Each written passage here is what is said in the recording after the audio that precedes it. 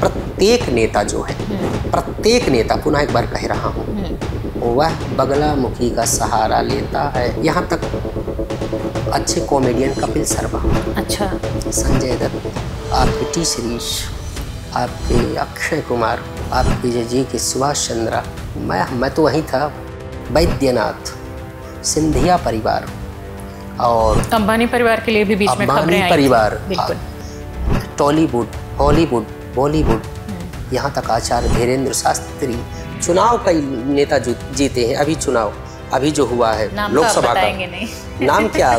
मैं रहता हूँ रोहिणी में। अच्छा, आप सोच लें आप। 2021 में शिल्पा शेट्टी और उनके पति राज कुंद्रा भी बगलामुखी माता की पूजा साधना के लिए गए थे, क्योंकि आपको पता ही होगा कि कई तरह के कांड में फंसे हुए थे और जहाँ तक याद है मुझे कि काफ़ी हद तक वो लोग उससे निकल चुके हैं। तो क्या गलत तरीके से गलत काम करके भी और फिर उसके बाद जाके साधना करके और ये निकल जाएं, तो ये भी तो एक तरह से अच्छा नहीं है। लेकिन वो व्यक्ति गलत है, 100% गलत है, तो कार्य थोड़ा मुश्किल होगा होना। एक रात्रि हमारे लिए काफी है। हम तो भैरव हैं, हम इंसान नहीं, भगवती के गण हैं।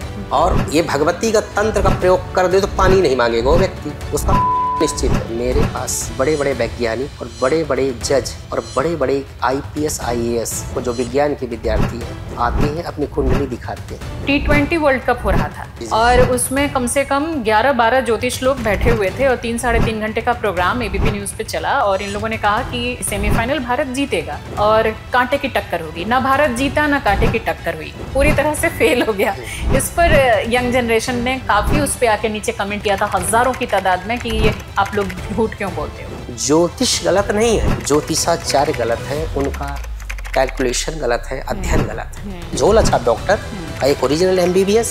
जैसे मान लीजिए 2 राजनीतिक दल के अलग अलग लोग हैं जो कि एक ही क्षेत्र में उनकी फाइट है आमने सामने की, जी, और दोनों ही भक्ति कर रहे हैं, माता की साधना कर रहे हैं, तो फिर कैसे डिसाइड होगा किसकी जीत? जिसके मंत्र ज्यादा होंगे वही जीतेगा। नेताओं को तो ये पता नहीं होगा। मान लीजिए कि किसी ने बहुत अच्छा काम किया है अपने जनता के लिए अपने क्षेत्र में और उसने कोई पूजा नहीं कराई, या दूसरे वाले ने नहीं किया है कोई काम और उसने पूजा कराई, उसकी जीत हो गई, तो ये तो थोड़ा सा गड़बड़ हो गया ना। ये गड़बड़ होगा, लेकिन भगवती का यही है कि भगवत तंत्र मार्ग है। कामाख्या को लेकर के भी कई तरह के सवाल लोगों के दिमाग में हैं कि वहाँ पे स्त्रियां ज्यादा हैं, कुछ ऐसे गांव हैं कामाख्या में इंटीरियर में जहाँ की वो पुरुषों को भेड़ बना करके रखती है। जो आपने बताया सब होता है। 1962 का जो भारत चाइना युद्ध था, ये दावा किया जाता है कि जो यही दतिया जो पीठ है, माँ बगलामुखी की साधना की गई और खुद देश के प्रधानमंत्री जवाहरलाल नेहरू ने रिक्वेस्ट की थी वहाँ के स्वामी जी से, और जो साधना चल रही थी उसकी समाप्ति हुई, वैसे ही चीन के जो सैनिक थे वो वापस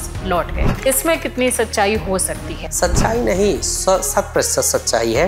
पूरा मध्य प्रदेश, पूरा देश जानता है। तांत्रिकों को समाज किस नजर से देखता है? जैसे हम लोगों के घरों में तो थोड़ा डरते हैं। टीवी में क्या दिखाया जाता है, बड़ी बड़ी आंख हो गई, काला टीका हो गया और काले कपड़े हो गए। ये जो है ये उपासना वो लोग करते हैं जो अघोरी होते हैं। हमारा पात्र जो है, तो अगर लोटा है तो उनका पात्र खोपड़ी होता है, किसी का मारण प्रयोग करना होता है, उसी खोपड़ी से आचमन किया जाता है। क्या तंत्र मंत्र से किसी को पागल किया जा सकता है, मारा जा सकता है? बिल्कुल। रोगी नहीं तो रोगी बन जाओगे आप, पागल बन सकते हो, आपकी ग्रोथ रुक सकती है। और अगर किसी की नेचुरल डेथ हुई हो तो क्या वो भूत बनेगा? नहीं, अगर अच्छे कर्म है, अगर योनि वहाँ से नहीं मिली, कर्मों के अनुसार तय होगा। नमस्कार दोस्तों, मैं हूं श्वेता जया और आप देख रहे हैं हमारा पॉडकास्ट। आज हमारे साथ जो मेहमान हैं वो ऐसे व्यक्तित्व हैं जिनका नाम याद आते ही साधना और तंत्र मंत्र की परंपरा की याद आती है। ये हैं माँ बगलामुखी साधक आचार्य भरत जी महाराज। बहुत बहुत स्वागत है आपका। जय माई। माँ बगलामुखी की बात आते ही या तंत्र मंत्र साधना की बात आते ही बहुत सारे लोग डर भी जाते हैं, बहुत तरह की समाज में भ्रांतियां भी हैं। तो इन सब से जुड़े हुए सवालों और उलझनों को आज सुलझाने की कोशिश करेंगे और कई तरह के रहस्यों से पर्दा भी उठाएंगे। आचार्य जी, सबसे पहले तो ये बताइए कि आप वेल एडुकेटेड हैं, बहुत अच्छी आपकी स्टडी रही, आपने UPSC क्लियर किया, फिर अचानक इस दिशा में आपका आना कैसे हुआ? अध्यात्म की तरफ आपका झुकाव और रुझान कैसे हुआ? सभी दर्शकों को जय माई की, जय माँ पीताम्बरा, जय बगलामुखी की। भगवती की जब कृपा होती है तो सब कुछ अचानक ही होता है जी। पहले हमारा सपना था कि संस्कृत से आचार्य, PhD, जी, इसके बाद यूपीएससी, जी। डीएम बनने का सपना था। बहुत ही हर चीज़ में आर्गुमेंट, तर्क जो है, जीवन में तर्क बहुत था। लेकिन 2013 के बाद ये तर्क समाप्त हो गया। पूर्व जन्म की साधना जहाँ से हमारी छोटी थी जी। वहीं से शुरू हुई। विद्यार्थी जीवन में बहुत तार्किक था मैं, जी। हर चीज में किसी चीज को ऐसे स्वीकार नहीं करता था। मैंने दोनों चीजों को देखा, विज्ञान को और अध्यात्म को भी देखा बड़े गहराई से। जी। अल्टीमेटली मैंने पाया कि अध्यात्म की जीत हुई, और जहाँ से मेरी साधना छूटी थी वहीं से 14 से पुनः शुरू हो गई। अच्छा। और सब कुछ छोड़ करके पहले 1.5 वर्ष में किसी के घर पे बिना दीक्षा के मैंने बगलामुखी माई की साधना करी। अच्छा। इसके बाद बहुत सारे दुष्परिणाम हुए। रियलाइज हुआ कि बिना दीक्षा के ये साधना नहीं करनी चाहिए। जी। फिर दतिया गया और भगवती से जुड़ा, गुरु से जुड़ा, और गुरु ने जैसे मार्गदर्शन किया कई वर्षों तक पीठ में, भारत के अन्य पहाड़ियों में, अन्य घाटों में जाकर के भगवती के मैंने साधना करी। जी। और वर्तमान में दिल्ली में निवास है भगवती के पीठ के लिए। बिल्कुल। आपने जिस तरह से बताया कि शुरुआत आपकी जो हुई तो बिना गुरु के आपने कोशिश की, लेकिन वो सही नहीं रहा और बाद में गुरु की आवश्यकता हुई। जी जी जी। जो लोग बिना गुरु के ही इस तरह की साधनाएं करने लगते हैं, उनको क्या किसी तरह के दुष्परिणाम देखने पड़ सकते हैं? उनके लिए क्या कहेंगे? बहुत सारे पॉडकास्ट हुए और बहुत सारे प्लेटफॉर्म में मैं बताने की कोशिश करता हूँ कि प्लीज़ देखो, आप भाई बहन हो, मेरी बातों को गौर से सुनिएगा। कई लोग कमेंट करते हैं, गलत करते हैं, अच्छा करते हैं। मैं एक साधक हूँ, और वो साधकों को मैंने जैसे बताया कि दोनों चीज़ों को देख करके ही मैंने इस मार्ग में अग्रसर हुआ हूँ भगवती की कृपा से। बिना गुरु दीक्षा के कई लोग कह देते हैं कि सब ऐसे ही, हमारी माँ गुरु है, ये गुरु है, वो गुरु है। माँ तो सब कुछ है, लेकिन मेरी बात का यकीन करिए, बिना गुरु दीक्षा के इस मार्ग में प्रवेश ना करें। आपको अगर करना है तो भगवती का सतनाम आप कर सकते हो बिना गुरु दीक्षा के, आप जो है उसका चालीसा आप कर सकते हो। लेकिन प्रॉपर अगर आपको इस मार्ग में प्रवेश करना है तो दीक्षा लेकर के ही भगवती के मंत्र का जाप करें, अन्यथा नुकसान ही होगा, और इतना बड़ा नुकसान हो जाएगा कि संभाल पाना मुश्किल होगा।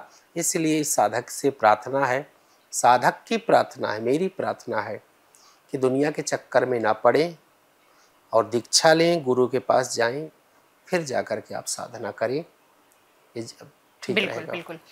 आपका बैच कौन सा था जो यूपीएससी का था? और 2013 और 13 का। और जब घर वालों को पता चला कि आप वो छोड़ करके किसी और दिशा में जा रहे हैं, तो उनका रिएक्शन क्या था? कैसे आपकी इसकी शुरुआत हुई? मेरे माता पिता हमेशा मेरा सपोर्ट किए हैं। मैं माता पिता को भगवान मानता हूँ जी। हम मतलब रियल में गुरुकुल पद्धति से पढ़े हैं, तो माता पिता भगवान हैं। और मेरे भगवान जो है तो हमेशा जब छोटा था तब सपोर्ट किए, जब मैं गांव से निकला गुरुकुल में गया तब सपोर्ट किए, गुरुकुल से जब संस्कृत आचार्य किया, जब यूपीएससी की तैयारी किया तब सपोर्ट किए, बाद में सपोर्ट किए, जब सबको छोड़ा तब सपोर्ट किए, और जब साधना मार्ग में सब उनको भी छोड़ के चला गया तब भी सपोर्ट रहा। तब भी सपोर्ट रहा, और आज भी सपोर्ट है। हमेशा कभी मेरे से शिकायत नहीं की। वो जानते हैं कि ये लड़का गलत मार्ग में नहीं जाएगा। हमेशा माता पिता का सपोर्ट रहा, भाई बहनों का सपोर्ट रहा, और हमारी पत्नी जी का भी सपोर्ट रहा। बिल्कुल सबका सपोर्ट रहा। जो साधना आपकी रही है माँ बगलामुखी की, इस दौरान आपको ऐसा कोई अलौकिक अनुभव हुआ जो कि आप हमें बताना चाहेंगे? जीवन में जो इस तंत्र मार्ग की साधना करेगा, अनुभव तो जीवन में अनुभव से भर जाता है। जीवन बहुत सारे अनुभव होते हैं, लेकिन दिक्कत ये है कि इन अनुभवों को अगर बताया जाए थोड़ा गुप्त होते हैं जी। लेकिन बहुत सारे अनुभव होते हैं जब आप एकांत में साधना करते हैं। एकांत में भगवती के गण भी आते हैं, भगवती का स्वरूप भी आता है, नकारात्मक शक्तियां भी चारों तरफ आती हैं। कई तरह की आवाजें आपको आएंगी। पायल की कभी आवाज, कभी किसी की भयंकर आवाज, लगता है कोई आपके पीछे खड़ा है, लगता है कोई आगे खड़ा है, लगता है कोई आपको पकड़ना चाहता है। रात्रि में साधना के दौरान सोना भी मुश्किल हो जाता है, इतनी कठिन साधना होती है। ये सुन के मुझे रोंगटे खड़े हो रहे हैं। एकांत में साधना होती है। तो इसलिए अब जो साधना करेगा, शर्त इतनी है कि इस साधना एकांत में होती है। ये गुप्त साधनाएं हैं जी। जब एकांत में आप करोगे तो दुनिया का हर चीज आपकी, भूत भविष्य वर्तमान, सब कुछ दिख जाएगा। और एक चीज निवेदन करना चाहूंगा, अगर आपको सब कुछ प्राप्त करना है, आप चाहते हो कि जीवन में मेरे इस धरती पे कोई शत्रु ना हो, कोई बाधा ना हो, मैं हर जगह विजयश्री मुझे मिले, हर क्षेत्र में विजय मिले, तो भगवती बगला मुखी से बड़ा मंत्र, उससे बड़ी कृपा कोई नहीं हो सकती है। सब कुछ देखने को आपको मिल जाएगा, जीवन भटकाव खत्म हो जाएगा। ऐसी है देवी वो। बिल्कुल, लेकिन गुरु के सानिध्य में रहते गुरु हुए, के सानिध्य में दीक्षा लेने के बाद। बिल्कुल, जिस तरह से ब्रह्मा विष्णु महेश, माँ दुर्गा, गणेश जी, सबके उत्पत्ति के बारे में हमें धर्म ग्रंथों में पढ़ने को मिलता है। माँ बगलामुखी के बारे में थोड़ा बताइए, क्योंकि कई तरह की भ्रांतियां इस नाम के साथ जुड़ी हुई हैं। कई तरह को, कुछ लोग इस साधना को काला जादू से भी कंपेयर कर देते हैं। कई तरह की चीजें होती हैं। माँ बगलामुखी कौन है, उनकी उत्पत्ति की कहानी थोड़े शॉर्ट में बता दीजिए। सतयुग में इनकी उत्पत्ति हुई, जब इस ब्रह्मांड में, इस धरती पे भयंकर एक तूफान आया। इतना भयंकर तूफान था कि लगता था कि पूरे ब्रह्मांड को डुबो देगा, बर्बाद कर देगा, विनष्ट कर देगा, विनाश की ओर ले जाएगा। तो सभी देवता चिंतित हुए, भगवान विष्णु के पास गए। भगवान विष्णु ने गुजरात में, काठियावाड़ गुजरात में, हरिद्रा सरोवर में माँ त्रिपुर सुंदरी की आराधना करी। उन्हीं के तेज से माँ भगवती बगलामुखी का प्राकट्य हुआ। 10 महाविद्याएं हैं, ये 8वीं महाविद्या है जी। और वहीं से माँ भगवती बगलामुखी का प्राकट्य हुआ। चतुर्दशी तिथि थी और मंगलवार था। काठियावाड़ गुजरात हरिद्रा सरोवर सतयुग में भगवती बगलामुखी का प्राकट्य हुआ रात्रि में। और भगवती ने अट्टहास करते हुए समस्त उपद्रव को शांत कर दिया। सब कुछ शांत हो गया, स्तब्ध हो गया। माँ बगलामुखी क्या माँ दुर्गा का ही तांत्रिक स्वरूप है? नहीं, ऐसा नहीं है। 10 महाविद्याएं हैं, उसमें से इसमें 8वीं महाविद्या है। जी जी बिल्कुल। तो माँ बगलामुखी के बारे में कई तरह की और भी कहानियां जैसे हमें सुनने को मिलती हैं। कुछ दंत कथाएं भी हैं और कुछ गूगल पे अलग अलग वेबसाइट्स पर भी मैं पढ़ रही थी माँ के बारे में। ऐसा कहा गया कि महाभारत के युद्ध के दौरान भी पांडवों ने माँ की जो भक्ति की, इस वजह से उनको विजय मिली। इसी तरह से भगवान श्री राम भी जब लड़ाई करने जा रहे थे रावण से, तो उस समय भी राम जी और लक्ष्मण जी ने माँ बगलामुखी की आराधना की थी। और आप बता ही रहे हैं कि सतयुग में ही इनका प्रादुर्भाव हुआ था। आज के युग तक में माँ बगलामुखी का वो स्वरूप उसी तरह से चला आ रहा है। तो क्या पहले जो शक्तियां जिस अनुसार थीं, क्या अभी भी उसी तरीके से, उसी प्रभाव के साथ वो शक्तियां इस दुनिया में मौजूद हैं, ऐसा माना जाए? कलयुग में 3 देवता प्रकट होते हैं, ये स्पष्ट सुने। क्योंकि मैंने तंत्र मार्ग पे रिसर्च भी बहुत किया है जी। मेरी आदत रही है कि रिसर्च करने की, देखने की। और जब मैं इस मार्ग में प्रविष्ट हुआ तो बहुत डीपली हुआ। दुनिया में बहुत सारे लोग ढोंगबाजी करते हैं, बहुत सारे बताते हैं, लेकिन एक साधक के रूप में जो भी चीज़ आपसे मैं शेयर कर रहा हूँ, बता रहा हूँ, स्पष्ट जो मैंने देखा है, जो मैंने सुना है, जो मैंने समझा है, जो मैंने रिसर्च किया है जी। वही चीज़ को, उसकी शक्ति कलयुग में चाहे भैरव हो, चाहे हनुमंत लला हो, और तीसरी जो है माँ भगवती बगलामुखी, अगर आप कलयुग में इनकी साधना कर दो, हर चीज आपको प्राप्त हो जाएगी। पहले भी आपने कहा कि श्री राम जी ने, श्री कृष्ण जी ने, अश्वत्थामा ने और रावण ने, सबने भगवती बगलामुखी की साधना करी। और इसकी साधना सबसे बड़ी बात है। बगलामुखी की साधना निष्फल नहीं जाती, इसका नाम भी निष्फल नहीं जाता। शत्रु के लिए काल है, जैसे अंधेरा है, लाइट ऑन हुई, उजेला हो गया। जब तक प्रकाश नहीं है तब तक अंधकार का अस्तित्व है। जैसे ही प्रकाश आया, पता नहीं कहाँ चला गया अंधकार। भगवती, कुछ भी आप परेशानी है, चाहे युद्ध जीतना है आपको, चुनाव जीतना है, रोग से जीतना है, या रोड पे आप आ गए हो, शत्रु बाधा है, मुकदमा है, कई फैक्ट्रियां हैं, बर्बाद हो गए आप, पति पत्नी में लड़ाई है, बच्चा आपको छोड़ के चला गया, पत्नी छोड़ के चली गई, पति छोड़ के चला गया, असाध्य रोग आपको है, बहुत बड़ी आपको नेता बनना है, बहुत बड़ा बिजनेसमैन बनना है, बहुत बड़ा विद्यार्थी बनना है, कुछ भी है, भगवती के शरण में चले जाओ। पीछे मुड़ करके आप नहीं देखेंगे। कलयुग में प्रत्यक्ष है। मैं तो संसार से निवेदन करता हूँ कि दुनिया को छोड़ करके यहाँ वहाँ मत भटकिए, बगलामुखी की शरण में आइए, सब कुछ आपको प्राप्त हो जाएगा। पहले भी उसकी शक्ति थी, आज भी है और कल भी रहेगी वो। बिल्कुल।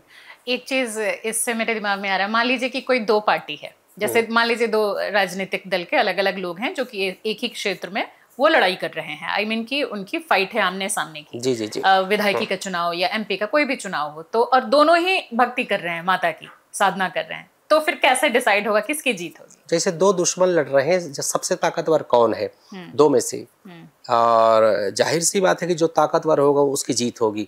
अब आप इस कहने का मतलब, इसका सेंस क्या है? इसका ये है कि मान के चलिए कि आप बगलामुखी का अनुष्ठान भी करवा रहे हैं, माँ बगलामुखी का अनुष्ठान दूसरा भी प्रतिद्वंदी भी करवा रहा है, जिसके मंत्र ज्यादा होंगे वही जीतेगा।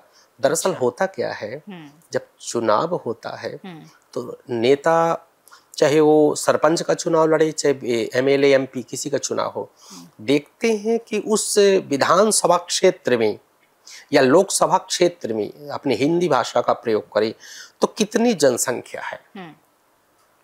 और जनसंख्या को तंत्र हमारा ये कहता है कि हमें कितने जप संख्या करानी है ताकि वो क्या हो जाए, आकर्षित हो जाए उस कैंडिडेट के प्रति। तो एक कैंडिडेट क्या करता है कि जैसे कि विधान में वो एमएलए का चुनाव लड़ता है वो, और 1 लाख का अनुष्ठान करवाता है वो, 1 लाख जप संख्या का, और वही प्रतिद्वंदी जो है वो सीधे 4 लाख जप संख्या करा दिया। अच्छा, ज्यादा ताकत उसकी होगी जी। ये देखना है कि चुनाव किसका है। तंत्र एक दैट्स मीन प्रोसीजर है, तंत्र एक प्रक्रिया है, प्रोसीजर है। देखा जाता है साइकोलॉजिकली कि कितने लोगों को हमें आकर्षित करना है और इतने लोगों के लिए कितने मंत्रों की आवश्यकता है, ठीक है, कितने मंत्र का जप होना चाहिए। नेताओं को तो ये पता नहीं होगा। नेताओं ने क्या किया कि 1 लाख जप संख्या करा दिया, अगले को पता है तो उसने 4 लाख या 11 लाख जप कराया, जीत उसकी हो जाएगी, पक्का होगी। लेकिन इसमें एक सवाल और है थोड़ा सा, जो एक जर्नलिस्टिक जो सवाल है, माफी के साथ वो पूछना चाहूंगी। मान लीजिए कि किसी ने बहुत अच्छा काम किया है अपने जनता के लिए अपने क्षेत्र में, और उसने कोई पूजा नहीं कराई, या दूसरे वाले ने नहीं किया है कोई काम और उसने पूजा कराई, उसकी जीत हो गई, तो ये तो थोड़ा सा गड़बड़ हो गया ना। ये गड़बड़ होगा, लेकिन भगवती के यही है कि भगवत तंत्र मार्ग है। तंत्र कलयुग में जो है, कलयुग, सतयुग में तो इसकी विशेषता थी, लेकिन कलयुग में तंत्र मार्ग बहुत प्रबल होता है। ये कलयुग का ही हथियार है। कुछ भी आप करा सकते हो। अब भगवती को ब्लेम हम करते रहे सब चीजें, भगवती को कुछ भी कराया जा सकता है। ये मंत्र में इतनी शक्ति है, ये भगवती बगलामुखी में इतनी शक्ति है, ये सब संभव है। ओके, एक साधक और एक भक्त में क्या अंतर होता है? क्या सिर्फ भक्ति से माँ बगलामुखी को प्रसन्न नहीं किया जा सकता? भक्ति और साधक, भक्त और साधक, जो साधना करता है, जो भक्ति करता है, बिल्कुल वही शब्द है।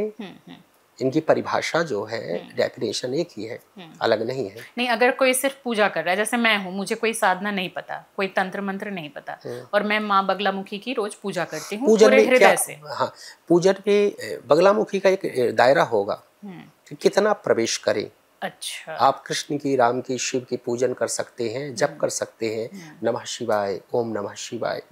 लेकिन इसका क्या दायरा होता है? बगलामुखी बिना मंत्र के आप सिर्फ चालीसा का पाठ, उनका दर्शन और सतनाम का पाठ, इतना आप कर सकते हैं। और अगर डीपली जाएंगे तो उतना डीपली नहीं जाना है आपको। पूजन में सिर्फ 2 चीजों को ऐड करके आप और प्रार्थना कर सकते हैं। भगवती सबकी है, माई है, लेकिन तंत्र मार्ग है। मैं बार बार क्यों कहता हूँ, कई लोग कहते हैं महाराज जी आप ये कहते हो, वो कहते हो, हमारी तो माँ गुरु है, ये चीज है। मैं मानता हूँ माँ गुरु है, फिर भी हम स्कूल कॉलेज तो जाते हैं ना। बिल्कुल, माँ गुरु है, तंत्र मार्ग है। लेकिन जैसे आप जो है तो आपके पिताजी की नाव है, आपको नदी पार करना है, लेकिन प्रक्रिया आपको नहीं पता, डूबोगे आप। ये तंत्र है, डूबोगे। इसलिए जब तक आप दीक्षा न लो, और दूसरी बात ये मंत्र श्रापित और कीलित है, कुछ भी प्रयत्न कर लो कोई लाभ नहीं, हानि होगी आपकी। इसलिए निवेदन है कि इसका जप जो है बिना गुरु दीक्षा के बिल्कुल ना करें। क्या उस थोड़े बहुत प्रोसेस के बारे में बिल्कुल हल्का फुल्का जान सकते हैं, जो कीलित और जो चीजें आपने बताई? क्योंकि वो तंत्र मंत्र बहुत कठिन है। कितना वक्त लगभग लग सकता है अगर कोई व्यक्ति उसमें प्रवेश करना चाहे? प्रवेश करना चाहे तो प्रवेशिका उसकी ये है कि पहले भगवती के गण होते हैं। मैं आपको बताऊं, एक क्रमिक दीक्षा, स्टेप बाय स्टेप। पहले भगवती का 1 अक्षरी मंत्र है जी। पहले 1 का पुरुष चरण आप करिए। ओके। जब 1 का पुरुष चरण हो गया तो आपको चतुराक्षरी मंत्र मिलेगा, 4 अक्षरों का। ओके। इसके बाद अष्टाक्षरी आपको मिलेगा।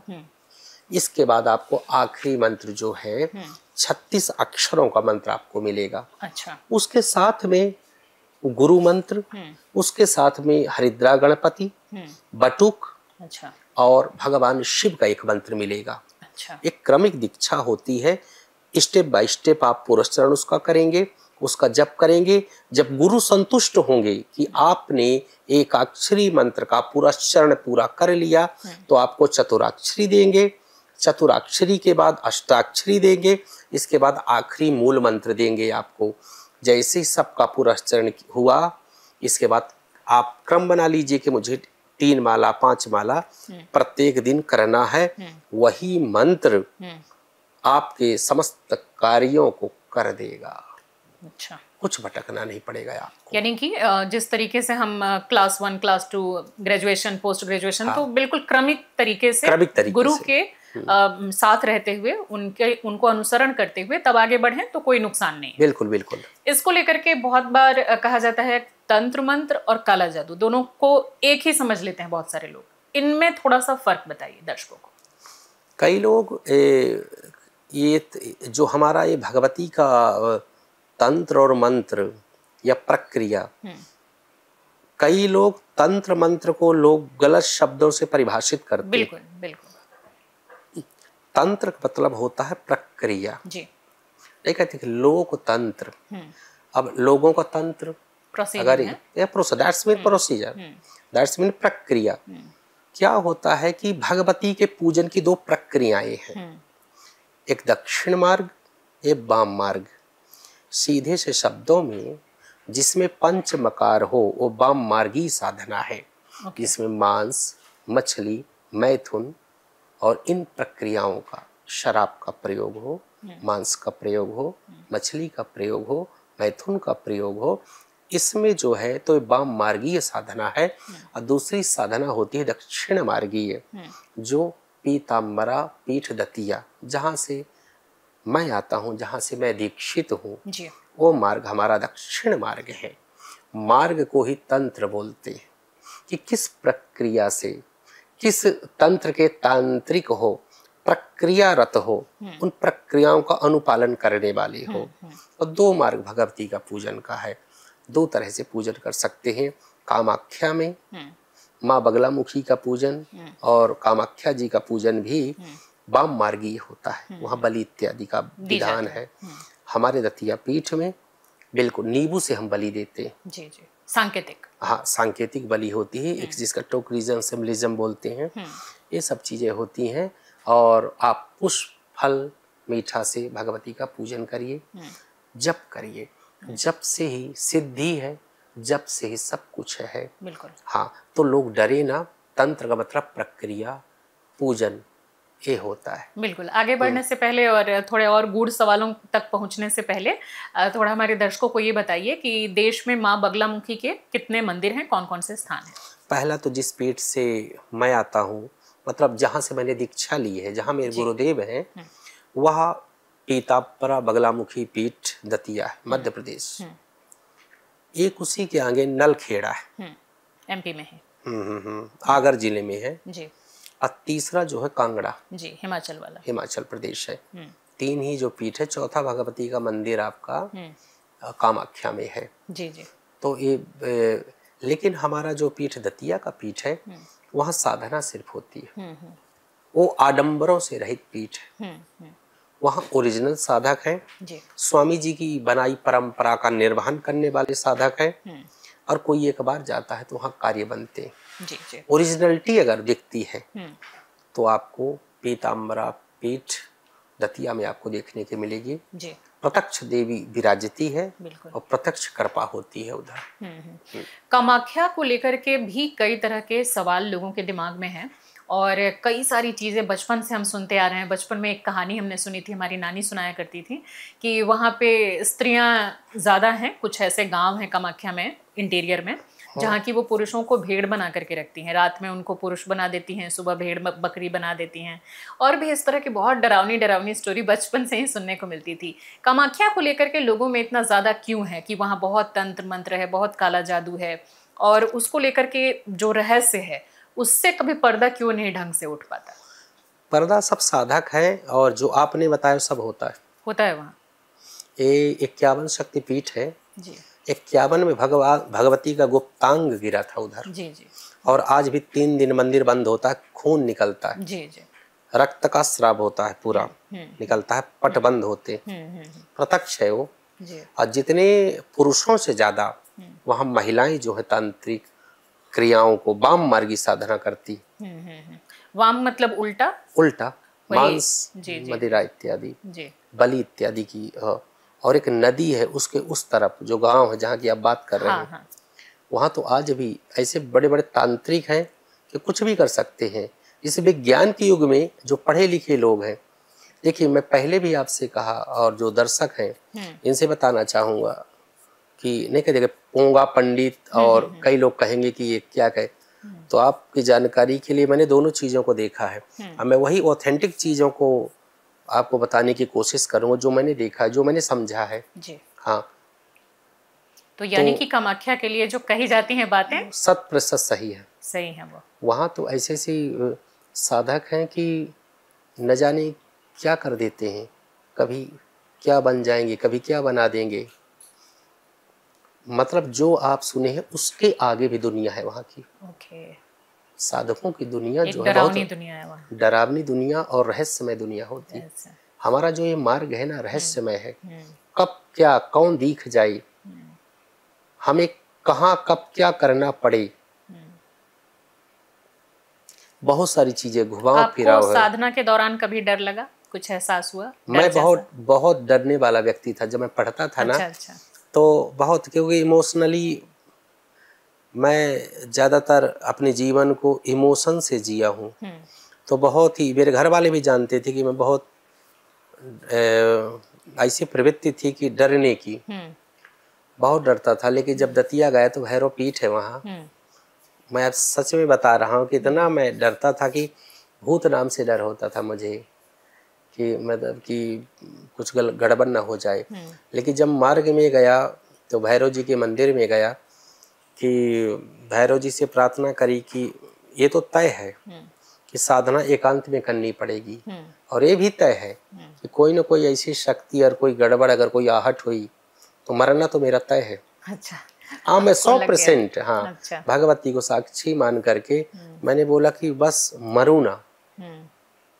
भैरव जी मेरे हृदय को इतना मजबूत कर दो क्योंकि एकांत में रहना है। अब रात्रि में 3 बजे 4 बजे तो मुझे कर दो। पहले मैं भैरव जी से प्रार्थना करी कई दिन जा करके। अच्छा। और फिर साधना में लगा। फिर भी जब शुरुआती दौर पे मैं कांप जाता था पसीने पसीने हो जाता था, मैं सच में सो नहीं पाता था। ऐसी ऐसी चीजें घटित होती हैं, धीरे धीरे धीरे होते होते डर पे काबू हो गया। हाँ बिल्कुल, अब कोई भी डर नहीं है जीवन में, क्योंकि इतना चीज़ों को देख चुके हैं ना कि बहुत सारी चीज़ें हम नहीं बता सकते। बिल्कुल बिल्कुल, शेयर नहीं बहुत किया सारी जाता। चीज़ें, सब कुछ आपको दिख जाएगा, लेकिन समय लगता है। इस मार्ग में धैर्य जरूरी है, बिल्कुल निडरता जरूरी है आपको। बिल्कुल। आप जिस तरह से बता रहे हैं ये बहुत ही एक प्योरिटी के साथ मुझे लग रहा है कि ये तो बहुत ही प्योर है, उससे उतना डरने की ज़रूरत नहीं है। लेकिन साथ ही समस्या समाधान के नाम पे बहुत से ऐसे लोग हैं जो कि खुद को तांत्रिक बता करके और लोगों से लाखों रुपए ऐंठ लेते हैं। कोई महंगी शराब मंगवाता है, महंगी बलि की बातें की जाती हैं, महंगे महंगे सामान मंगवाए जाते हैं और कहा जाता है कि तुम्हारी ये समस्या दूर हो जाएगी, ये लेके आओ, और उनको ठगा जाता है। उनको कैसे पहचाने, सही एक तांत्रिक और एक वो जो पोंगा पंडित टाइप है? देखिए, इतनी भरमार है कि कोई एक माला नहीं जपता है। बड़े गौर से सुने हर पॉडकास्ट में, या जो भगवती का जो भी चीज़ है, जब पूछने जब मैं जाता हूँ ऐसी जगह पे जहाँ मैं कुछ कह सकता हूँ, बहुत सारे लोग दिल्ली में ही जानता हूँ, बहुत सारे भरमार है कि एक पहली बात तो दीक्षा लिए नहीं, न कभी जब तप किए भगवती का, बिल्कुल, और न कभी कुछ किए, न कोई मार्ग इनका है, न कौन गुरु है इनका, कहाँ कुछ रता पता नहीं, कोई अता पता नहीं कि कहाँ से है ये, और भरमार है, सब चीजें कर रहे हैं, धड़ल्ले से सब चीजें चल रही हैं। ये ढोंग है। पहले जप करो, गुरु वही सक्सेस है जिसने पहले जप किया हो। कम से कम 36 लाख का जप करो, जप संख्या हो। अच्छा। सचंडी स्वयं करो अपने लिए, जप करो, क्रमिक दीक्षा हो, इसके बाद आप समाज का कल्याण करो। कितने लोग ऐसे हैं, बहुत सारे चल रहे हैं इस समय, ये करो करो ऐसा करो कि बिना गुरु दीक्षा के भी आप कर सकते हो, भ्रमित कर रहे हैं लोगों को। भैया, बिना गुरु दीक्षा के बिल्कुल ना करें, और आप स्वयं दीक्षा लें, दीक्षा लेकर के पुरस्चरण करें, इसके बाद लोगों को मार्गदर्शन दें। जो स्वयं जब तप नहीं किया तो क्या करेगा वो किसी के लिए? नहीं कर सकता है, वो ढोंग फैला रहा है, वो गलत मार्ग में ले जा रहा है और लोग फंस रहे हैं। रही बात ये शराब ले आओ, ये ले आओ, ये ले आओ, ऐसा कुछ नहीं। भगवती का ये मैं मानता हूँ कि भगवती का ओरिजिनलिटी के साथ मैं कराता हूँ। जब भगवती का जब कोई चुनाव के लिए और जाता हूँ, ऑल ओवर इंडिया में जाता हूँ, बगलामुखी नाम से मुझे जानते हैं, तो कराता हूँ, तो भगवती का अनुष्ठान कॉस्टली होता है, महंगा होता है, तंत्र मार्ग है, लेकिन प्रॉपर कहता हूँ आप आइए, घर पे कराइए, या हमारे पास आइए। तो सब साधक कामाख्या से बुलाता हूँ या दतिया से, अच्छा, सामने कराता हूँ, मगर कैमरा लगा दो, सामने हो, विधि विधान के सहित अनुष्ठान होता है बगलामुखी का, और आज तक कोई असफल अनुष्ठान मेरा नहीं हुआ। माई की कृपा से मैंने हर तरह का अनुष्ठान किए। अच्छा। लोग कई बर्बाद हो गए थे, फैक्ट्रियां रुक गई थी, कई लोग रोगों से ग्रसित थे, चुनाव कई नेता जीते हैं। अभी चुनाव अभी जो हुआ है लोकसभा का, नाम क्या, मैं रहता हूँ रोहिणी में। अच्छा अच्छा, आप सोच लें आप। बहुत सारे हैं, सब दिल्ली का रोहिणी, दर्शकों को बता दें जी। हाँ, तो क्या बताऊं, बहुत बड़ी बड़ी हस्तियां हैं जी। तांत्रिकों को समाज किस नजर से देखता है? जैसे हम लोगों के घरों में तो थोड़ा डरते हैं, क्या आप कभी कैसे, जैसे किसी शादी समारोह में या किसी फंक्शन में गए हैं जहां आम लोगों के बीच में, तो किस तरह का रिएक्शन रहा? क्या लोग आपके पास आ गए और बोलने लगे कि हमारा भी थोड़ा बताइए, या थोड़ा डरे? क्या रहता है रिएक्शन? क्या है कि जैसे बताया कि तंत्र मतलब प्रक्रिया, और लोगों में टीवी में क्या दिखाया जाता है, बड़ी बड़ी आंख हो गई, काला टीका हो गया और काले कपड़े हो गए। ये जो है, ये उपासना वो लोग करते हैं जो अघोरी होते हैं, हाँ, और जो भूत प्रेत को जगाते हैं। हमारी तो ओरिजिनल साधना, हम तो साधक हैं, साधक हैं, और ये भगवती के उपासक हैं, और लगभग शंकराचार्य भी देवी के उपासक होते हैं, 400 त्रिपुर सुंदरी के होते हैं, और 10 महाविद्याओं में हम लोग बगलामुखी के हैं। तो साधक को हमेशा ही अच्छी दृष्टि से, एक सम्मान की दृष्टि से देखा जाता है जी। वो तांत्रिक जो इसका स्वरूप विकृत किए हैं, हाँ। जो छोटी साधना है उनकी, जो भूत प्रेतों से संबंधित है, बिल्कुल, जा करके वो लोग डराते हैं, वो लोग गलत काम करते हैं, वो लोग उल्टा करते हैं।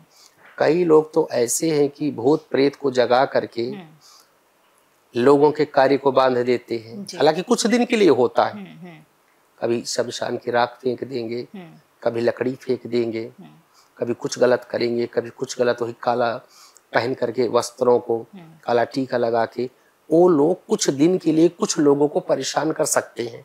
लेकिन जो हमारा ये तंत्र है भगवती का है, ये तंत्रों की देवी है, इसका प्रयोग अगर हुआ, जिसके लिए होगा उसका कल्याण करेगा और जिसके खिलाफ होगा उसका सर्वनाश करेगा। बिल्कुल। जो अघोरियों की हमने बात की, तो उनके पास कौन सी साधना होती है, किस तंत्र मंत्र से, क्या उनका प्रोसेस होता है, थोड़ा सा शॉर्ट में बताइए। क्योंकि पहले जब मैं जी में थी तो उसके हिसाब से मैं गई हुई थी, इलाहाबाद वगैरह भी मैं गई हुई थी, और वहाँ पे जो शमशान घाट है वहाँ पर कभी खोपड़ी, कभी बहुत तरह की चीज़ें लेकर के और वो लोग करते थे, और रात के अंधेरे में हम लोग दूर से शूट करने के लिए जाते थे उनकी स्टोरी भी। उस फील्ड के बारे में भी लोग बहुत ज़्यादा नहीं जानते हैं, बल्कि डरते हैं। उनका क्या प्रोसेस होता है, थोड़ा सा बताइए। उनका प्रोसेस, हमारा पात्र जो है, तो अगर लोटा है तो उनका पात्र खोपड़ी होता है जी। हमारा जल अगर जल है उनका जल तो होता है। Okay okay. हमारा भोजन अगर चावल है उनका भोजन मांस होता है। हमारी माला अगर इसकी है रुद्राक्ष की, उनकी हड्डियों की होती है। क्या वो लोग भी कुछ सकारात्मक काम करते हैं या सब नकारात्मकता ही है? नहीं, सकारात्मक काम करते हैं बहुत सारे, अब कुछ साधना में मदमस्त रहते हैं, लेकिन सब पूर्ण रूप से वाम मार्गीय होते हैं। वाम मार्गीय। कुछ भी खा सकते हैं, कुछ भी, मतलब इतनी गंदी मैं नाम नहीं ले सकता, जितनी भी चीजें बुरी से बुरी वो कर सकते हैं। कई मेरे मित्र ऐसे हैं वाराणसी में ही कि मुर्दा क्या होता है, लोगों को मुर्दा डाल देते हैं गंगा नदी में। तो बहुत बड़े अघोरी और तांत्रिक साधक थे वो, तो 4-5 उनके शिष्य थे। तो क्या करते थे कि रात्रि में एक हथियार लेकर के, बेटा तुम इस गला खिलाओ से। अरे वो खाएंगे? वो उसको मांजते थे, मांजा जाता है, ये खोपड़ी हो गई, यहाँ से मुर्दा बह रहा है। हाँ। पुलिस भी होती है लेकिन छुपा के लाना है।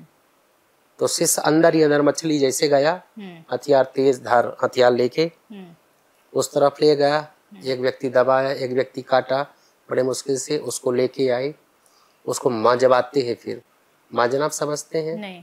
उसको रगड़ रगड़ के पूरा खून निकालना, अलग करना बाल वाल सब, उसको फीलिंग छील करके, डॉक्टर वाला काम वो खुद ही कर देते हैं। करके वो क्यों, जब किसी का प्रयोग करना होता है, जैसे कोई शत्रु है, उसी खोपड़ी से आचमन किया जाता है, तो भर करके, जैसे आचमन करते हैं ना हम लोग लोटा के जल से आचमन करते हैं। आचमन करने के बाद पूरी प्रक्रियाएं होती हैं, पुतली साधन इत्यादि होती है, जिसके निमित्त की 21 दिन में इसकी मृत्यु हो, अनुष्ठान करते हो लोग, और 21वें दिन उसकी मृत्यु हो जाती है।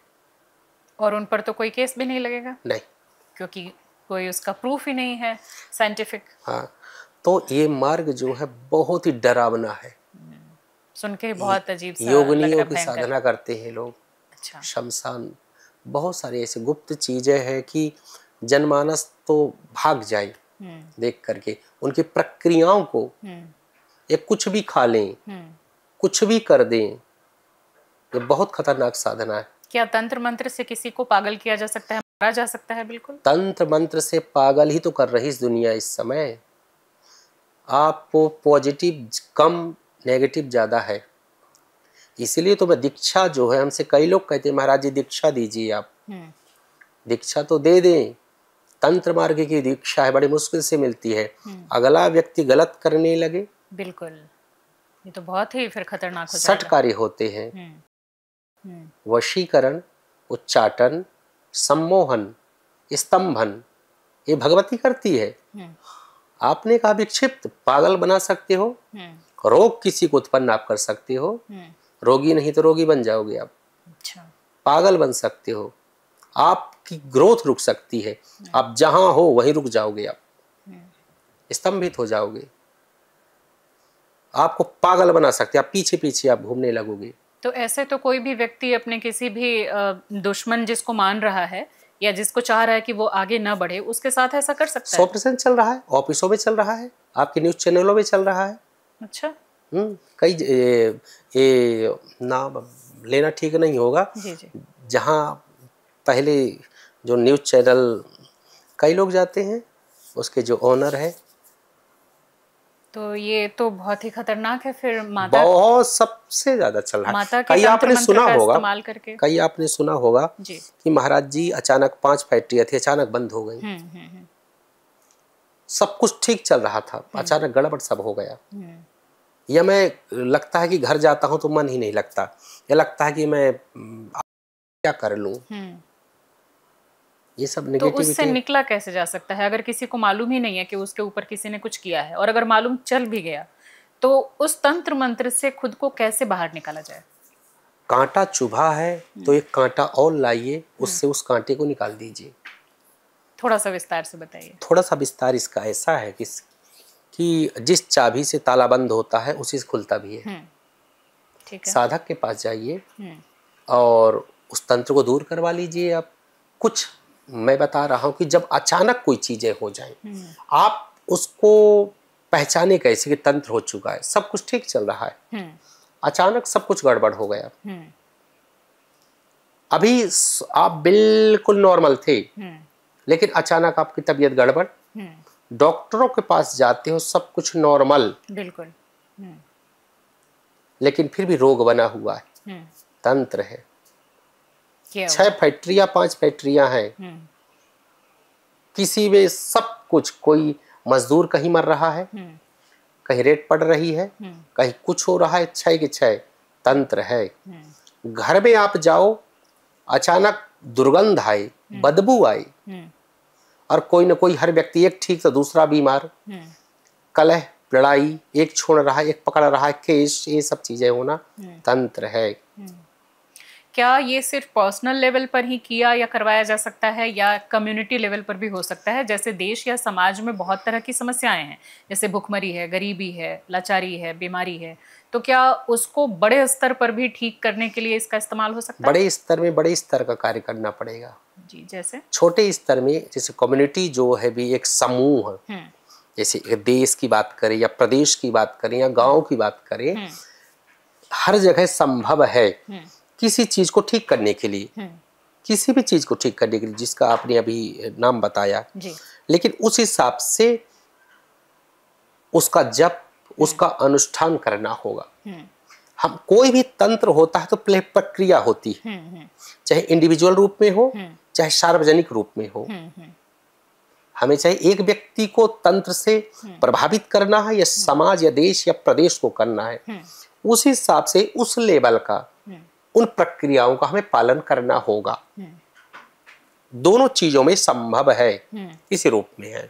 दैनिक भास्कर और कुछ और मीडिया रिपोर्ट्स ऐसे उसमें लिखा हुआ है, दावा करते हैं कि 1962 का जो भारत चाइना युद्ध था, तो उसमें बहुत ही बुरी कंडीशन हो गई थी, और भारत की स्थिति उस समय सामरिक तौर पर भी अच्छी नहीं थी, हथियार भी बहुत अच्छे नहीं थे, और बहुत ज़्यादा समय हुआ भी नहीं था आज़ादी के, तो हम उतने सक्षम नहीं थे।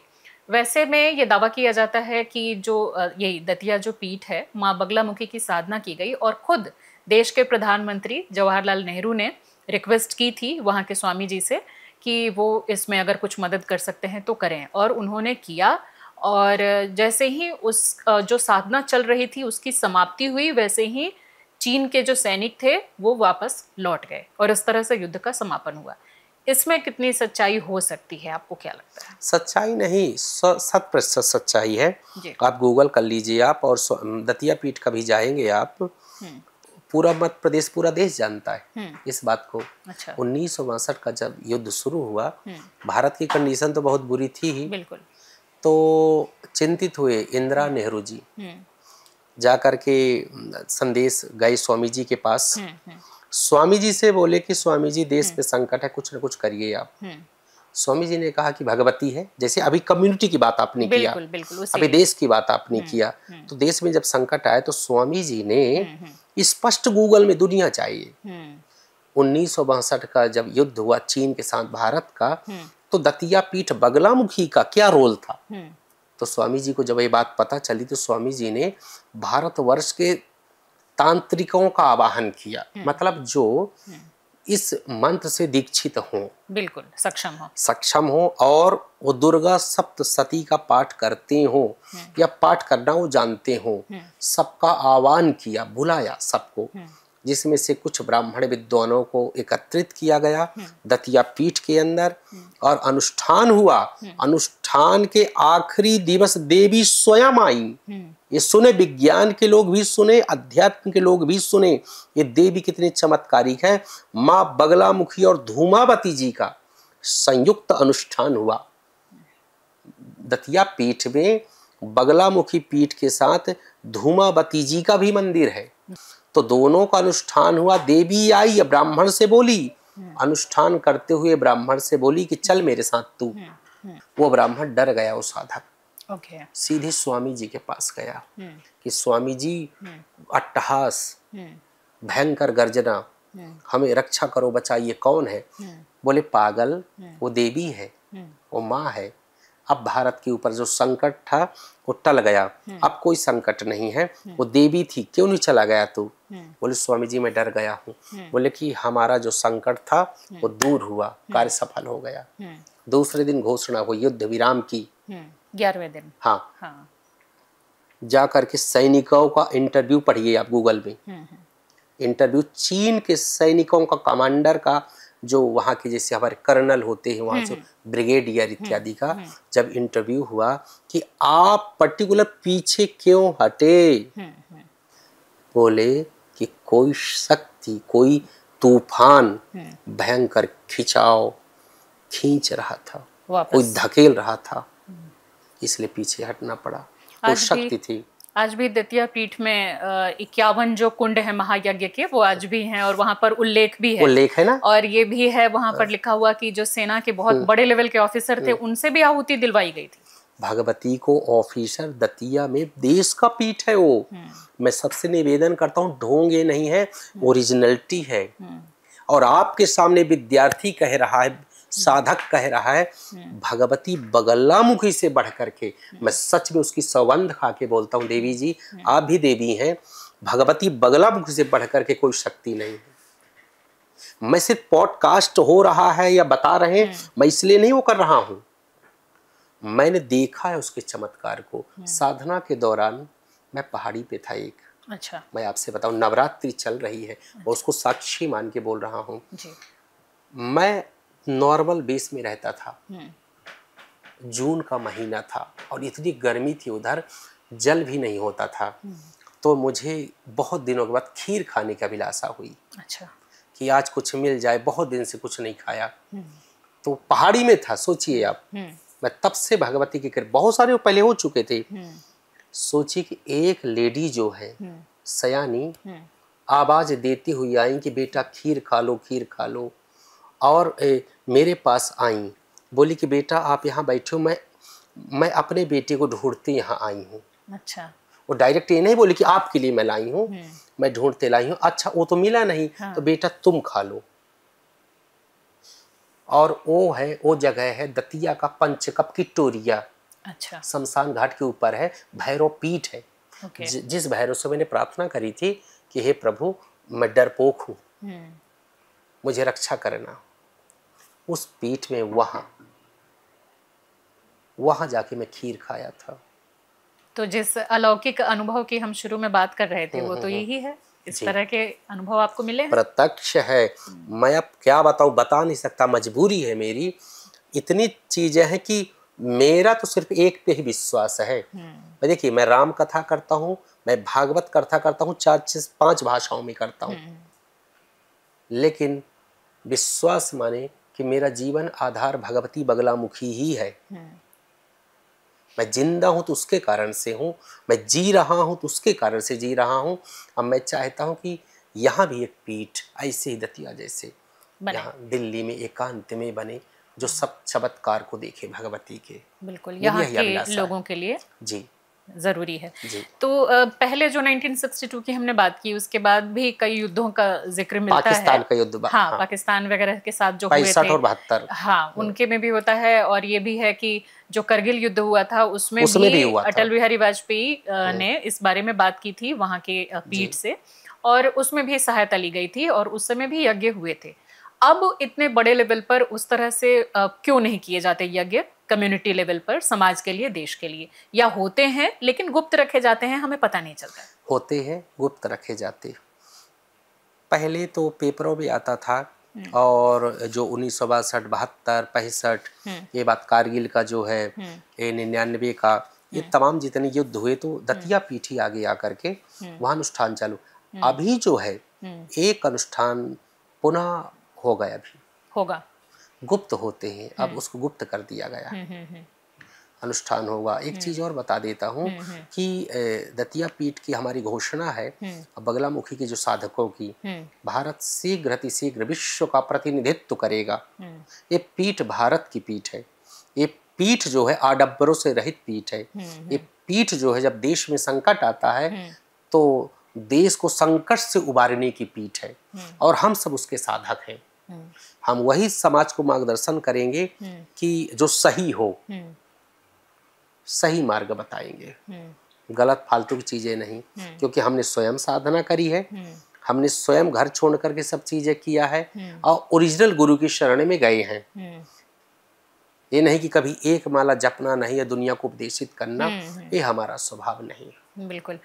ये कर्नाटक के उप मुख्यमंत्री डीके शिव कुमार ने आरोप लगाया था कि उनके और मुख्यमंत्री सिद्धारमैया के खिलाफ उनके राजनीतिक जो प्रतिद्वंदी हैं वो तांत्रिकों और अघोरियों से कार्य करा रहे हैं। वो खुलकर, वो पहली बार कोई किसी पॉलिटिशियन ने ऐसे आकर के आरोप लगाए मीडिया के सामने।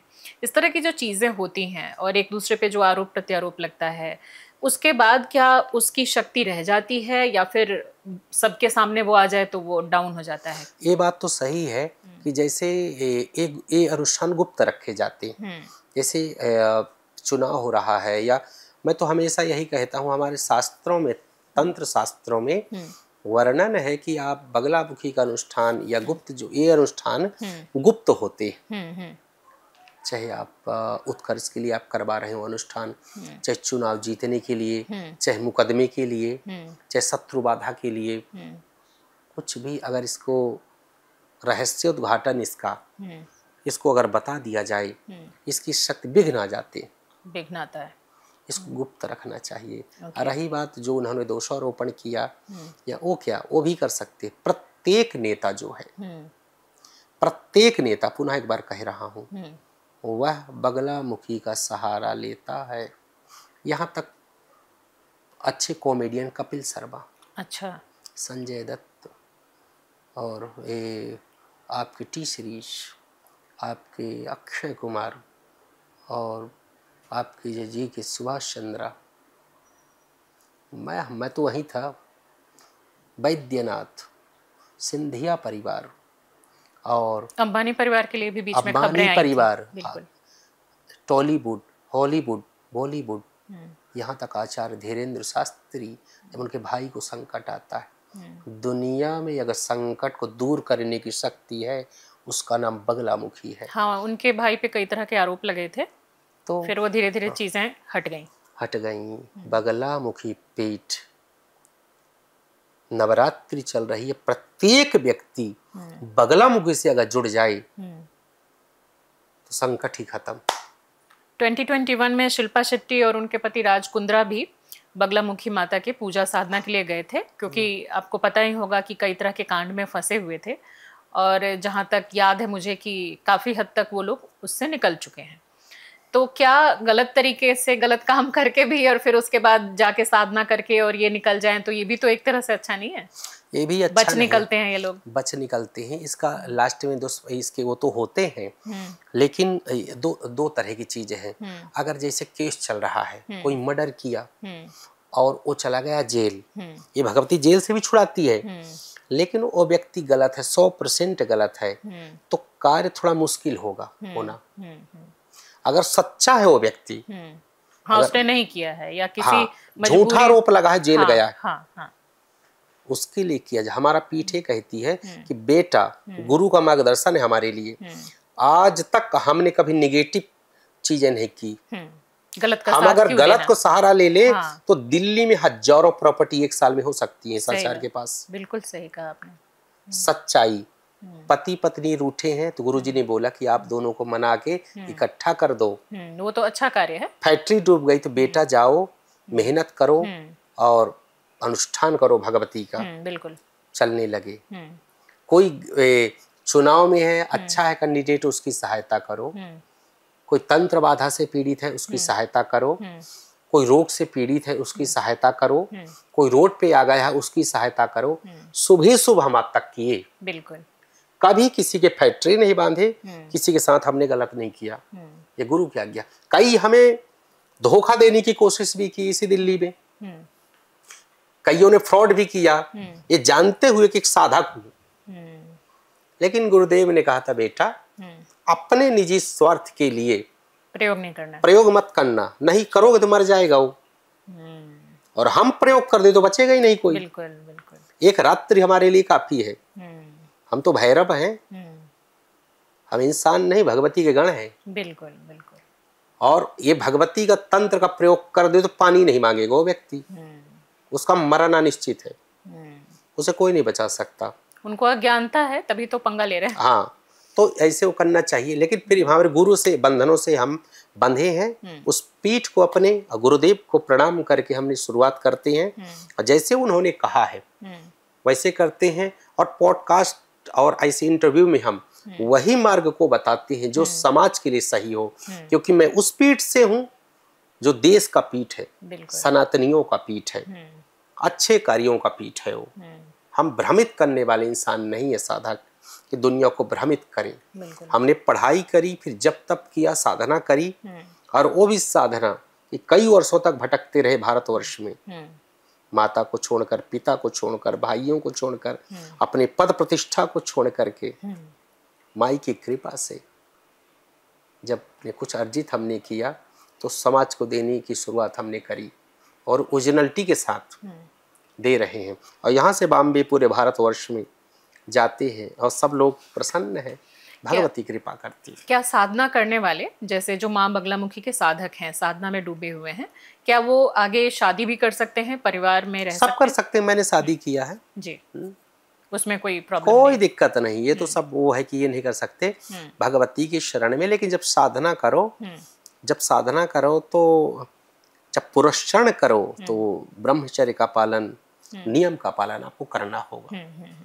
एक तो दैनिक पूजन होता है, जैसे आपकी साधना अगर हो गई, जितना जप करना था उस मंत्र का अगर हो गया, तो जब क्रम बनाते हो आप डेली का, डेली में तो आप बस नॉर्मल जीवन जियो, नॉर्मल रूटीन है, पूजा पाठ। हाँ, पूजा पाठ का है वो। लेकिन जब आप पुरस्चरण कर रहे होते हो, फिर आपको कई महीने नियम का, पूरे तरीके से नियम का पालन करना ही होगा। माँ बगलामुखी की साधना सिर्फ शक्ति प्राप्ति के लिए है या फिर आत्मोत्थान के लिए, ज्ञान प्राप्ति अर्जन के लिए भी है? दोनों चीजें। आत्मज्ञान के लिए, भगवती की प्राप्ति के लिए पहला उद्देश्य होना चाहिए, भगवती मैं तुम मेरी हो जाओ, मैं आपका हो जाऊं। ये चीजें हो गई। दूसरा, सूर्य के साथ सामने जाओगे आप तो अपनी तपन तो दे ही देगा वो। जब भगवती के शरण में जाओ सब कुछ मिल जाएगा आपको। ताकत मिलेगी, शक्ति मिलेगी, शत्रु बाधा से मुक्ति मिलेगी, धन वैभव पद प्रतिष्ठा सब कुछ मिल जाएगा। भगवती भी मिलेगी, कृपा मिलेगी, उसकी बहुत बड़ी कृपा मिलेगी। 7 से 21 पीढ़ियों को तार देगी वो कृपा। जी, आज की जो यंग जनरेशन है वो टेक्नोलॉजी को मानती है, साइंस को मानती है और सोशल मीडिया पर लगी रहती है। कह सकते हैं उसका अच्छा भी उपयोग है, बुरा उपयोग भी है, समय की बर्बादी भी है। जी। उनको आप माँ बगलामुखी के साधना से जोड़ने के लिए क्या संदेश देना चाहेंगे? कैसे जोड़ा जा सकता है? क्या धर्म की राह पर उनको लाने के लिए क्या किया जा सकता है? देखिए, हर व्यक्ति जो यंग जनरेशन है तो कई लोग बढ़िया भी हैं, लेकिन उनसे ये निवेदन करना चाहूँगा कि भगवती से किसी न किसी रूप में पहले जुड़ें। आजकल परीक्षण का समय है कि यंग जनरेशन कहती है कि इंस्टेंट जो है, जैसे मैगी बनती है ना, 5 मिनट में हमें सब कुछ चाहिए। हाँ। तो आपको कह रहा हूँ, जब कोई संकट में फंस जाओ, भगवती का टेस्ट लेना। भगवती का, जैसे कि अगर आप कहीं फंस जाओ, ओम बगला मुख्य नमः, ये मंत्र नहीं है, नाम है बगलामुखी का, मंत्र नहीं ले सकता। कई लोग बोलते हैं कि मंत्र आप बताए नहीं, न बताया हूँ न कभी बताऊंगा, गुप्त होते हैं। तो यंग जनरेशन के लिए कि जब आप कभी संकट में कुछ फंसो तो ओम बगला मुख्य नमः, इसका 11, 21, 51 पाठ करना, आप समस्या से निकल जाओगे। नंबर 1, जब आपको विश्वास हो जाए तो भगवती से जुड़ जाना। आपको शक्ति चाहिए, आपको पद चाहिए। कोई पीसीएस बनना चाहेगा, कोई आईएएस बनना चाहेगा, कोई डॉक्टर बनना चाहेगा, कोई इंजीनियर बनना चाहेगा, कोई सीए बनना चाहेगा, कोई जीएम, डीएम, ये सब बनना चाहते हैं, कोई बिजनेसमैन बनना चाहेगा। आपके लिए है भगवती। इस कलयुग में प्रत्यक्ष देवी है। जैसे आपका फोन है ना, उसके बिना जीवन नहीं है, वैसे कलयुग में बगलामुखी के बिना जीवन नहीं है। एक तरफ आप विज्ञान से जुड़िए, मैं भी जुड़ा था, आप भी जुड़िए, अच्छी बात है। बिल्कुल। अध्यात्म से भगवती के रूप में जुड़ जाइए, कभी भी आपके जीवन में बाधा नहीं होगी। आई प्रॉमिस यू, मैं आपसे वादा करता हूँ, कभी भी आप परेशान नहीं रहेंगे। साधकों के जीवन में सबसे बड़ा संघर्ष क्या होता है? ऐसे संघर्ष जो आपने फील किए? सबसे बड़ा संघर्ष आर्थिक और मानसिक। अच्छा। आर्थिक संघर्ष आपको झेलना पड़ेगा। कैसे? जैसे एक एक रुपए का आपको काम ही बंद हो जाएगा शुरुआत में। अच्छा, जब साधना करेंगे उस दौरान? हाँ। दूसरा चीज आपको चारित्रिक पतन। अच्छा। मतलब ये चीजें होंगी कि आप मजबूर, अगर वो चुनौती होती है साधना के दौरान, चुनौती होती है अर्थ, पैसा, गलत रास्ते की ओर आप जल्दी मुड़ जाओगे उस दौरान। मतलब भगवती के जो गण है उस दौरान ये सब चीजें करने में तुले होते हैं कि आप वहां पहुंच ही ना पाओ। और वो रोकता कौन है? वो रोकते गण है भगवती के। क्यों रोकते इसका हैं? चारित्रिक पतन हो जाए, ये भगवती तक न पहुंच पाए। गण है 4 भगवती के, हरिद्रा गणपति, बटुक भैरव, योगिनी और क्षेत्रपाल। 4 द्वार है। मान के चलिए हम यहाँ बैठे हैं जी, 1 2 3 4, हाँ 4 द्वार है। चारों द्वार में एक एक गण है। सिक्योरिटी गार्ड बोल दीजिए आप आज की भाषा में। बिल्कुल। ये क्या करते हैं? एक मानसिक परेशानी, एक शारीरिक परेशानी, आर्थिक, एक चारित्रिक, चारों दे देंगे। चारों दे देंगे। कहीं ना कहीं तो भटकोगे आप। तो उससे पार कैसे पाना होता है? उससे पार, उसके कुछ नियम बताए गए हैं कि आप ऐसे दिनचर्या का पालन करिए। आप जौ, ठंडी चीज़ों का, जौ की आटे की रोटियां और बिना तली भुनी सब्जियां या नॉर्मल चीज़ें आप खाइए। जो सब हम तैयार होकर के हम इस मार्ग में उतरे थे। या तो हमारा चारित्रिक पतन हो जाता, बिल्कुल, या तो हम रोगी बन जाते, या तो और कुछ चीजें। ये हुआ कि शारीरिक रोग उत्पन्न हुए, अपने आप ठीक भी हो गए। साधना के दौरान बताऊं आपको, दतिया में ही था मैं और हमारे सब मित्रगण थे। ऐसी तबीयत खराब हुई, मैं दतिया पीठ में साधना उस समय इनिशियल कर रहा था। यहाँ से जाने के बाद डॉक्टर ने लगाया, बोले कि बुखार है और मर जाएगा घंटे बाद। मेडिकल अस्पताल क्या बोलते हैं उसको, जिला दतिया है, उसमें सबसे बड़ा जिला अस्पताल ही होता है। वहाँ का जो हेड डॉक्टर था वो बोला कि इतनी बुखार, कितनी ज्यादा से ज्यादा कितना टेम्परेचर होता है व्यक्ति को? 103-104 तक होता है। वो बोला कि इतनी बुखार तो शायद मर ही जाता है व्यक्ति। अचानक साधना की, ये परीक्षा थी मेरी, आखिरी पुरस्कार मेरा चल रहा था। अच्छा। अचानक 4 बजे मेरी तबीयत खराब हुई और जाकर बोला कि ये तो मर जाना चाहिए, इतनी बुखार तो कोई सहन कर ही नहीं सकता। और जैसे ही गया और पट्टी उट्टी, अगर 10 बजे हो जाता तो मेरे खंडित हो जाता पूजन। अपने आप 1 घंटे के बाद ठीक, बिना डॉक्टर के। आपने कुछ किया या अपने आप ठीक हुआ? सब अपने आप ठीक। पूरे दतिया वाले, हमारे तिवारी जी, पूरी फैमिली वहीं थी, पूरे साधक वहीं थे, मेरे गुरु वहीं थे। बोले क्या हुआ? डॉक्टर ने किया, बोले कि पट्टी वट्टी थोड़ा किए और वो सब चीज किए। डॉक्टर ने मना कर दिया और अपने आप में ठीक। फिर दतिया पीठ आया, फिर जब तप किया, उस दिन की साधना पूर्ण। ऐसे होता है इसमें, अचानक कुछ भी। बाधाएं बहुत आई, बहुत ज्यादा आती, और हर कोई वहां तक पहुंच भी नहीं सकता। यानी जितना कि जैसे आप निकल के और आगे बढ़े और आपने साधना कंप्लीट की। मैं पूरा मन ही बना लिया था, करूंगा या मरूंगा। ऐसे नहीं कि आपने दुनिया को देख करके कह दिया कि महाराज जी हमें साधना करनी है, आपने सुन करके कह दिया। आपको मन बनाना पड़ेगा, दृढ़ इच्छा शक्ति होनी चाहिए। जैसे यूपीएससी की तैयारी में होता है कि 2 बज जाए चाय पी के पढ़ना है आपको, और सामने लाल बत्ती की गाड़ी लगा के रखना है आपको कि मैं इसी में चढ़ूंगा। तो एक तो आपने पहले क्लियर कर लिया था, वही इच्छा शक्ति इधर भी लगा दी आपने। मेरी इच्छा शक्ति बहुत प्रबल है। मैं अगर सोच लूँ कि मैं अगर 24 घंटे ऐसे ही बैठा रहूंगा तो मैं ऐसे ही बैठा रहूंगा। एक तो मैं कोई चीज करता नहीं हूँ, अगर मैं किया तो उसको पूर्ण करके उठता हूँ। ज्योतिष शास्त्र में आप बिलीव करते हैं? ज्योतिष शास्त्र, astrology science is not science, father of science according to me. ज्योतिष शास्त्र न सिर्फ शास्त्र है बल्कि जो साइंस हमारी है उसका भी साइंस है। जो हमारा प्लैनेटरी सिस्टम होता है, और ज्योतिष, मैं एक चीज हमेशा कहता हूँ, मैं ज्योतिष पढ़ाता हूँ। अच्छा। मेरा ये सौभाग्य रहा कि पढ़ने में मुझे बहुत आनंद आता है। लाइब्रेरी है मेरे पास। अच्छा। हाँ, मैं हर विषय का चाहता हूँ, हर विषय की जानकारी मेरे पास हो। बिल्कुल, ये बहुत अच्छी चीज। मैं बड़े बड़े बूढ़ों को ज्योतिष पढ़ाता हूँ। अच्छा। और वाराणसी के संत 109 साल के थे, उनसे ज्योतिष पढ़ने का सौभाग्य प्राप्त हुआ। कई वर्षों तक पढ़ा। ओके। तो पराशरी और ये सबसे पद्धति से वैदिक जो ज्योतिष है उसका अध्ययन किया और पढ़ाता भी हूँ। और ज्योतिष गलत नहीं होती, ज्योतिषाचार गलत होते। जिसने सही स्टडी की हो, सही कैलकुलेशन हो, तो वो गलत नहीं होगा। ये कैलकुलेशन है, ये गणित है। कहाँ कौन सा ग्रह बैठा है, प्रत्येक ग्रह की 30 डिग्री होती है, 30। आप समझिएगा, एक नॉर्मली एक शब्द को बता रहा हूँ।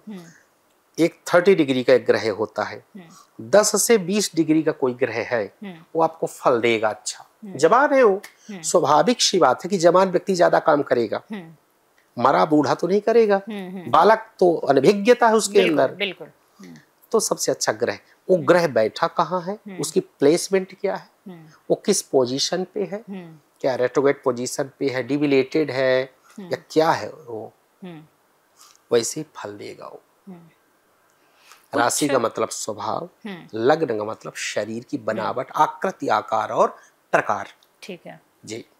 कुछ ऐसी घटनाएं सामने आई जिसमें कि जैसे जो यंग जनरेशन है वो सवाल उठाते नजर आए। जैसे कि एबीपी न्यूज पे एक प्रोग्राम चला था, लगभग 3-3.5 घंटे का उनका प्रोग्राम था। 2022 की मैं बात बता रही हूँ। उस समय मैं न्यूज नेशन में हुआ करती थी। जी। नहीं, मैं उस समय न्यूज नेशन में नहीं थी, मैंने छोड़ा था। 2022 की बात बता रही हूँ। T20 वर्ल्ड कप हो रहा था। जी। और उसमें कम से कम 11-12 ज्योतिष लोग बैठे हुए थे और 3-3.5 घंटे का प्रोग्राम एबीपी न्यूज पे चला। और इन लोगों ने कहा कि फाइनल की जो लड़ाई है, सेमीफाइनल की हो करके फाइनल में भारत पहुंचेगा और ये जो लड़ाई है ये भारत जीतेगा, यानी सेमीफाइनल भारत जीतेगा जी। और कांटे की टक्कर होगी। ना भारत जीता ना कांटे की टक्कर हुई, पूरी तरह से फेल हो गया।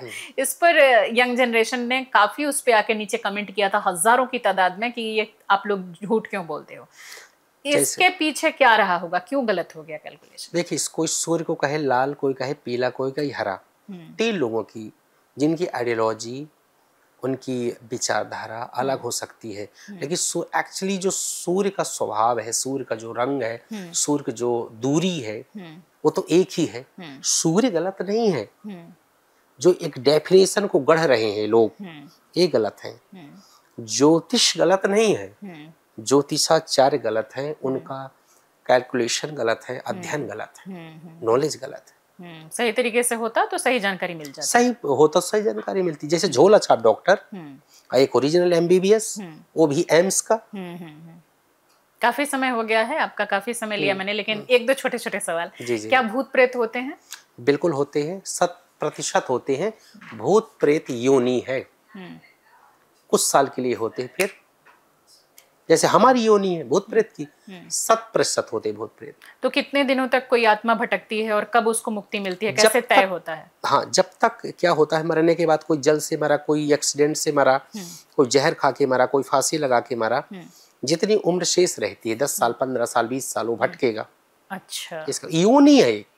ओके। जैसे मनुष्य योनि, वैसे भूत प्रेत की। और अगर किसी की नेचुरल डेथ हुई हो तो क्या वो भूत बनेगा?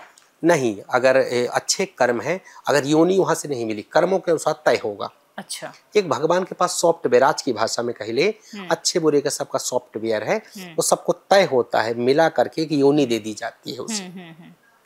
लगभग नेचुरली रूप से जो नेचुरल डेथ होती है वो तो डायरेक्ट दूसरे में कन्वर्ट होते हैं, या जो प्रोसीजर हमारे शास्त्रों का है तो उसके अनुसार आगे बढ़ते हैं वो, लेकिन भूभूत होते हैं।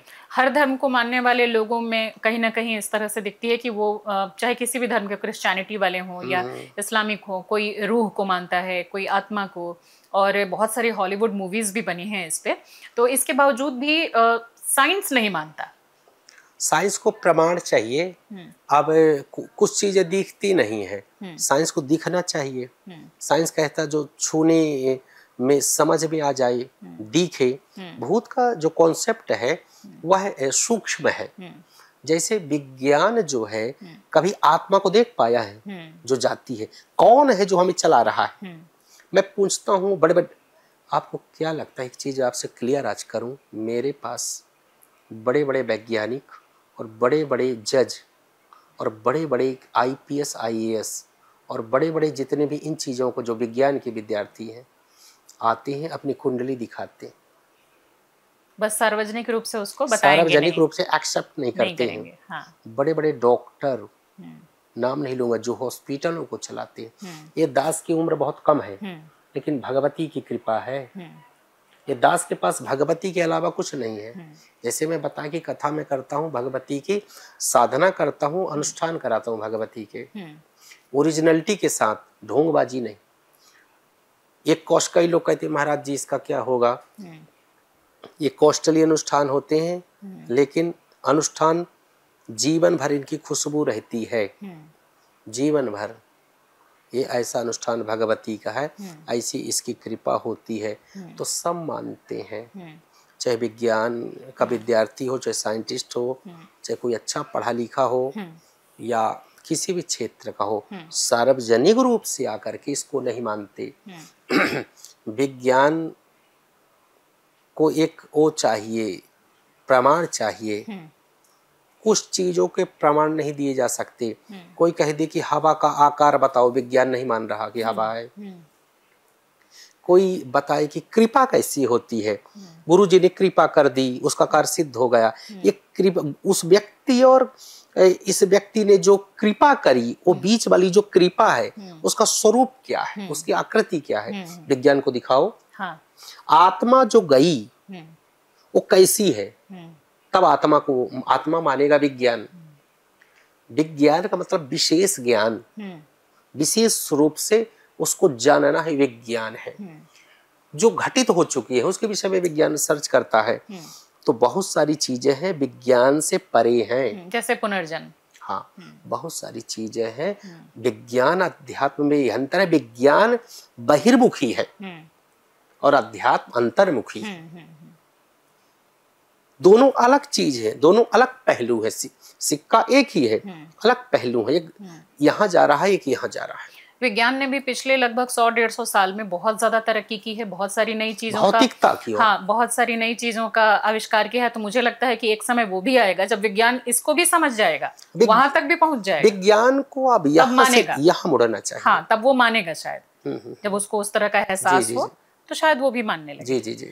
आपने इतनी ज्ञानवर्धक बातें की और इतने मिथ को तोड़ा और इतनी तरह की तंत्र विद्या के बारे में आपने बताया, और माँ बगलामुखी की कृपा दया किस तरह से काम करती है, किस उच्च कोटि की वो भक्ति है, वो तंत्र है, ये सब जो आपने बताया, ये मुझे भी उस हद तक बिल्कुल भी नहीं पता था, और मुझे लगता है कि ज़्यादातर हमारे दर्शकों को भी नहीं पता रही होगी। अपना कीमती समय देने के लिए और हमारे साथ स्टूडियो में बातचीत करने के लिए आपका बहुत बहुत धन्यवाद। जय माई की, धन्यवाद।